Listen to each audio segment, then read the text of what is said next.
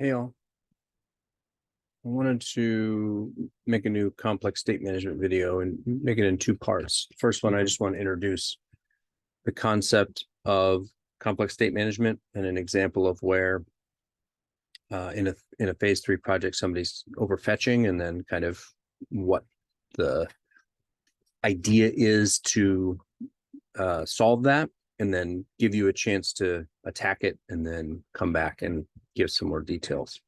So the first thing I want to start with is, what is complex state management? Let's see if my pen is working here.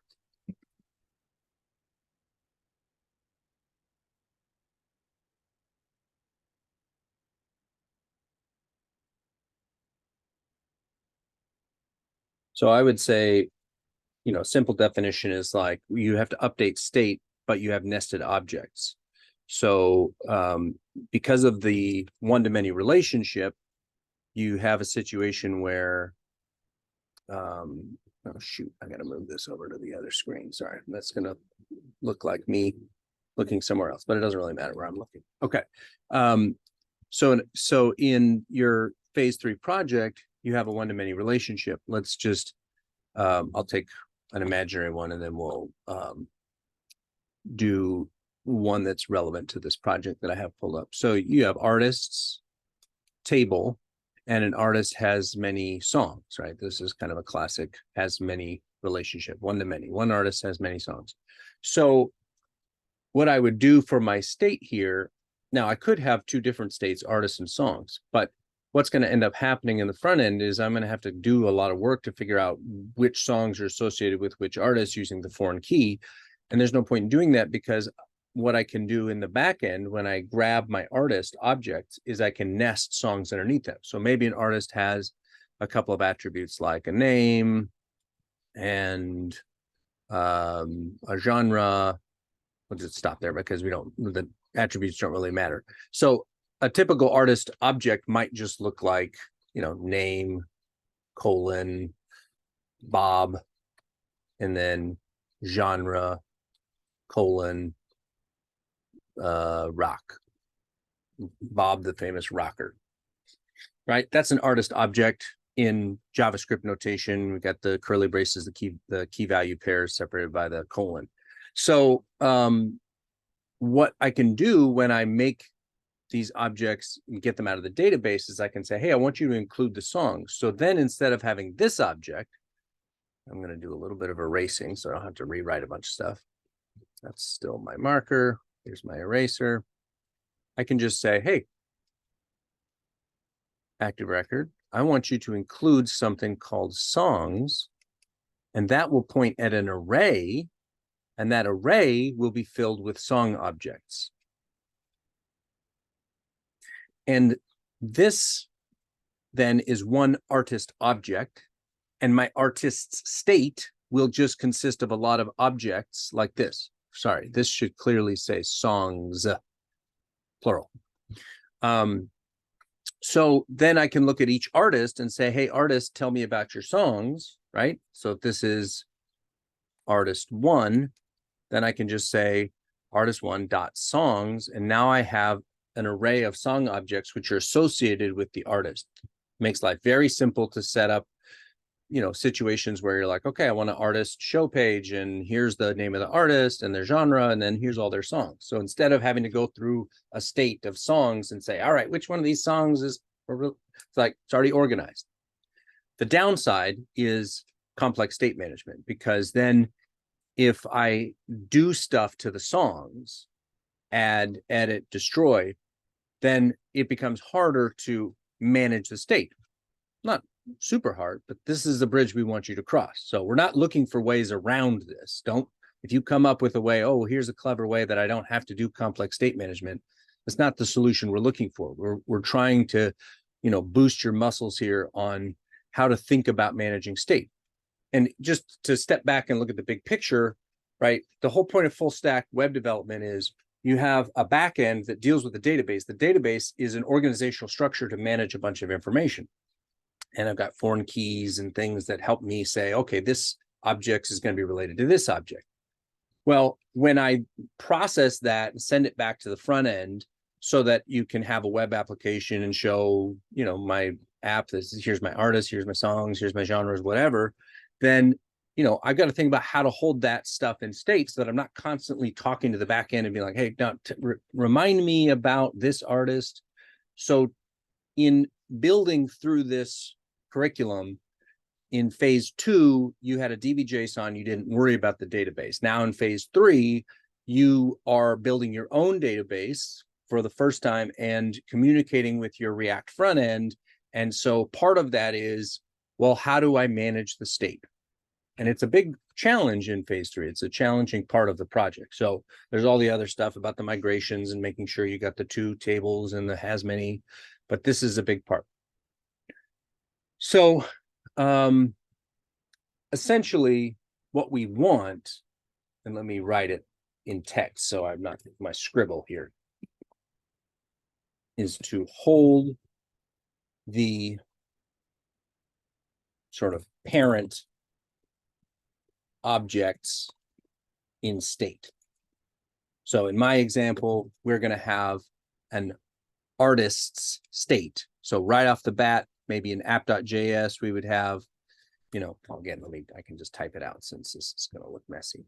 I would declare const, I got my artists, and I got my set artists, and right off the bat, goodness. And right off the bat, I am fetching first thing in my app to go and grab the artists using that index call to the application controller and grab from the artist database all of the artists. And there's a line that you have to add to the to JSON where you got to include the songs. But, you know, from there, then I have all of my artist objects with all the songs associated with them. Life is good. So the big problem becomes, well, what happens when I want to add, edit, and destroy songs? Because then you have to think about the problem like this. What I have is I have a big artists array up at my top level. That's a bunch of artist objects. And within each artist object, there is a key songs. And that's essentially what I'm going to have to do. So let's just take an example of adding a song. Well, to add a song, I want to end with the line set artists, because that's the state that I have. And so what am I doing? Well, I'm going to go through my artists array. I have to find the artist. Oh, this is the one I'm interested in. And then I'm going to go into that artist object, find the song's key, and I'm going to add to the array, you know, the new song that I just created, which, you know, in terms of fetching, right, you sent a post to the back end, it got created in the database, they sent you back a response, and that response object would be a song, the new song object. So that's what's going into your songs array.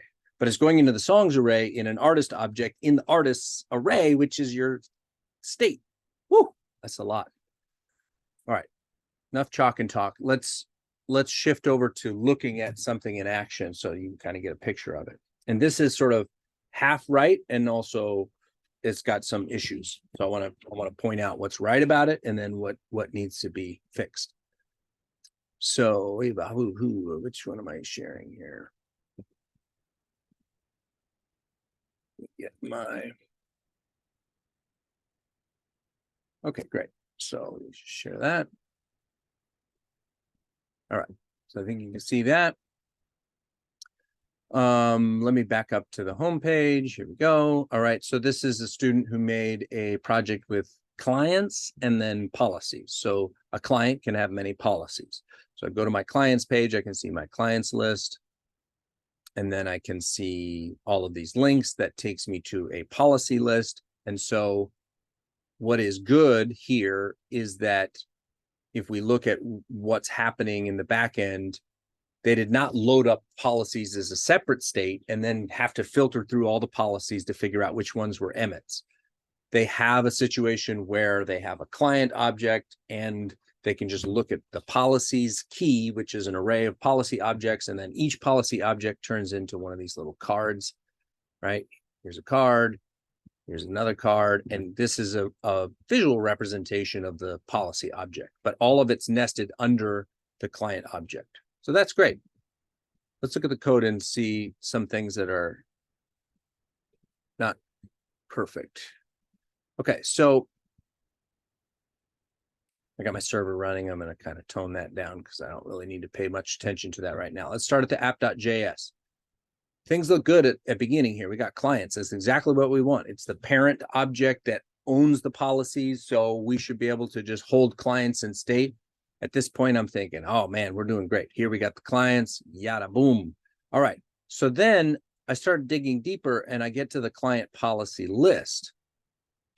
Okay, interesting. So in the client policy list, which is where we're just loading up these individual client policy objects and turning them into little policy cards,